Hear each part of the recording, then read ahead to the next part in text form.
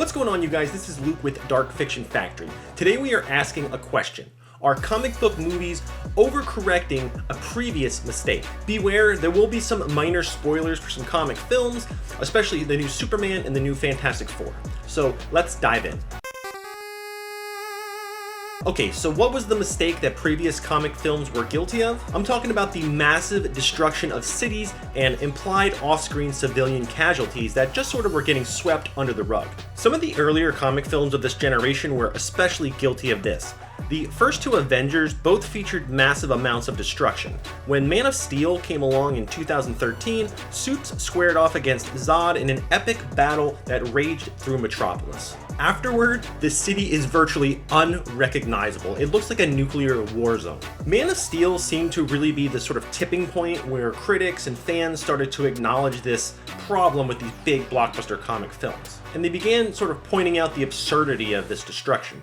Sure, when superheroes are battling invading aliens, it's not always going to be clean and easy. But scenes like the end of the Avengers, where they're going to get shawarma after civilians surely just died, are a bit galling to a viewer if they start to think about it a little bit more deeply. One thing I always think is funny about these movies is that in the sequels, the cities are almost always just miraculously rebuilt.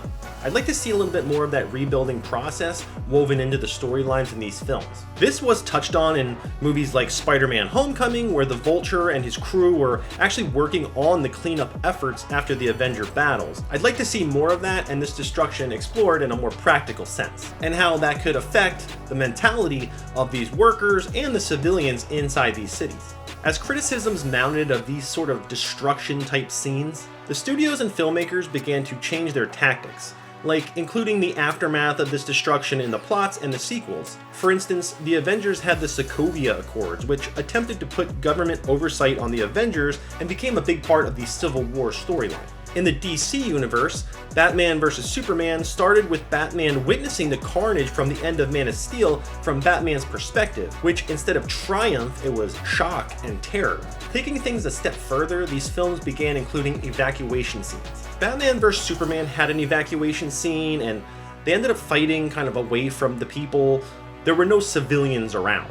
But over time, these evacuation scenes have started to feel obligatory and even just kind of lazy. So the question looms, are these studios overcorrecting the mistakes of their predecessors? I would argue that yes, they are. So let's take a look at two examples from Superman and Fantastic Four: First Steps, which have just recently been in theaters. Let's start with Superman. Again, some spoilers here if you have not seen the film, so tread lightly. So Superman is guilty of this overcorrection a few times within the new James Gunn film. One example is when Supes and friends are fighting a giant kaiju monster in the middle of Metropolis. The people in the surrounding areas are just nonchalant and just going about their business as if nothing's even happening, as if there's not a giant monster rampaging outside the window. While of course I don't want all these civilians killed, I do think they should show some sort of sense of danger. I mean, if the characters in the film don't sense the danger, then why should the audience? This is also the same fight scene where Superman famously saves the squirrel in the middle of the battle. So now not only are the heroes able to keep all of the civilians safe, they're also keeping all of the animals in the streets safe as well. While these scenes are fun and cute, they sort of negate the whole danger of the battle, and it just starts to feel more like a comedy film. And hey, if that's what they're going for, then sure, have at it. That's just personally not what I want to see in these big battle scenes. There is another scene in Superman where basically the Earth is cracking in half, and in the film they order an evacuation of Metropolis in what feels like minutes before the danger actually arrives at the city's doorstep. I mean, Metropolis is a city that's comparable to New York City. I mean, imagine evacuating New York City, how long that would actually take. But in this film, they just, matter of minutes, everybody's safe. This is where I start to have sort of an issue with this sort of writing. I mean, it's kind of insulting to the audience when the filmmakers just pretend as if everyone in the city was evacuated, and it comes across as these filmmakers think that they're doing a much better job than their predecessors because, hey, they're not killing civilians. I just think filmmakers can handle this in a better way. For instance, why does the rift in the ground have to head towards the city at all? What if the rift was headed somewhere else, say a nuclear reactor, and Superman just had to go in and evacuate that one building, save the day? The stakes could still be so high.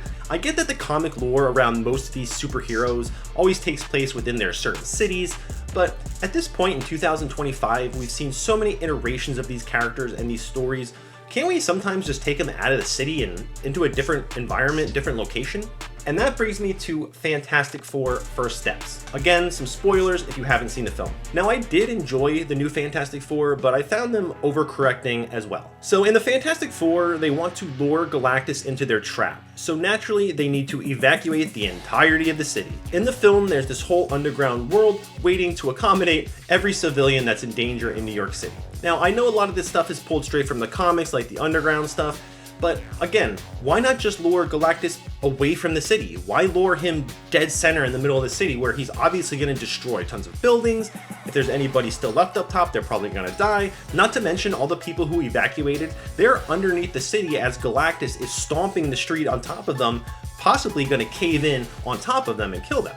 Why not just lure Galactus out into the middle of nowhere where there's no city, there's no buildings, and there's no civilians?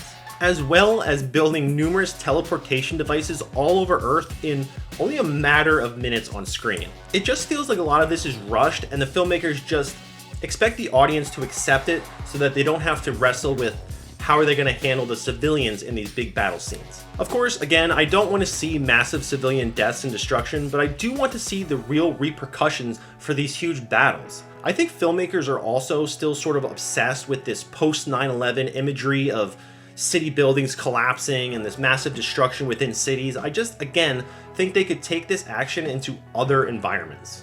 I would argue that some degree of civilian casualty actually lends some gravity to the story.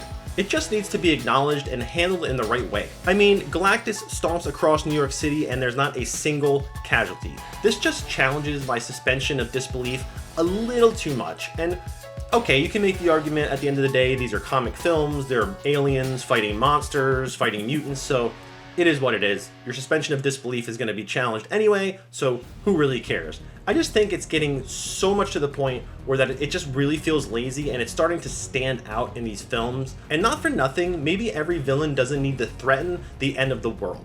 I think that's why Spider-Man works so well for me, because his battles, even though they're in the city, they're not crazy destructive and they feel a little bit more personal. The villain's not always trying to destroy the entire galaxy, and it just comes across as a little bit more believable in this land of make-believe. In the end, I'm probably nitpicking too much, but I've just noticed this in some of these new comic movies and it's started to stand out to me, so I wanted to make a video about it and see what you guys think.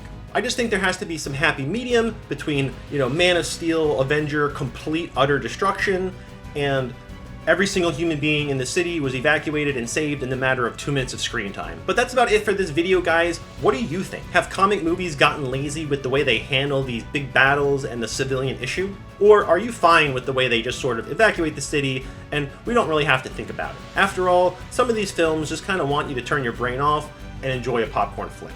How would you suggest that filmmakers handle these huge scale battle scenes? What are some examples of some comic movies that did it right, in your opinion? Anyway, let me know what you guys think in the comments below, and let's discuss it. Thank you guys so much for watching. If you enjoyed this video, feel free to like and subscribe. Until next time, stay safe from total destruction, and take care.